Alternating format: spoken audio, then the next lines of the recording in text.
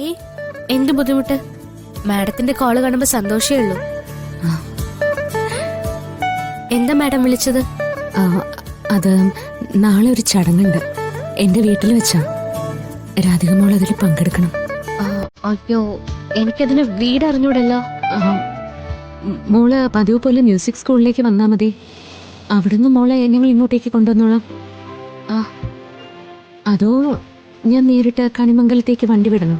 അയ്യോ, അത് വേണ്ട മാഡം, ഞാൻ സ്കൂളിലേക്ക് തന്നെ വന്നോളാം. അല്ല, എന്താ മാഡം ചടങ്ങ്? ഇത്ര തിടുക്കം എന്തിനാ? നാളെ രാവിലെ വന്നിട്ട് അറിഞ്ഞാ പോരെ. മതി. എനിക്ക് വളരെ പ്രിയപ്പെട്ട ചടങ്ങാ.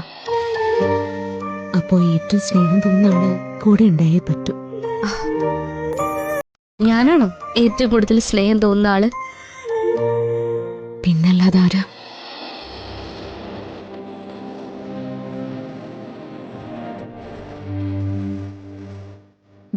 എന്തുപറ്റി? ഒന്നുമില്ല മാഡം. ശബ്ദം വല്ലാണ്ടായോ? എന്തുപറ്റി?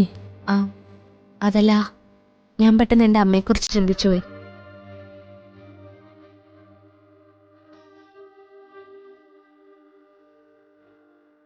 അമ്മയുടെ സ്ഥാനത്ത് മറ്റൊരാളെ സ്നേഹിക്കുമ്പോ ചിന്തിച്ചു പോവില്ലേ?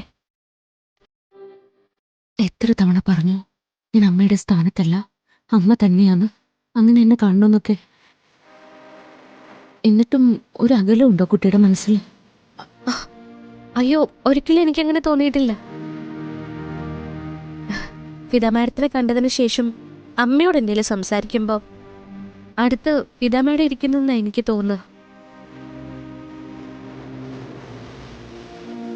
അതുപോലെ അമ്മയോട് എന്തെങ്കിലും കാര്യത്തിന് അനുവാദം ചോദിക്കുമ്പോൾ നിശബ്ദമായിട്ട് ഫിദ മാഡത്തിനോട് ഞാൻ അനുവാദം ചോദിക്കുന്നുണ്ട്.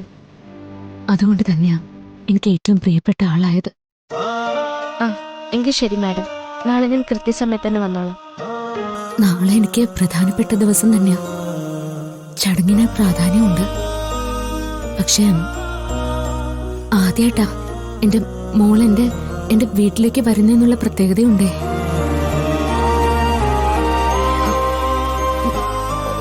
ഓക്കെ മോളെ, നാളെ കാണാം. ശരി മാഡം.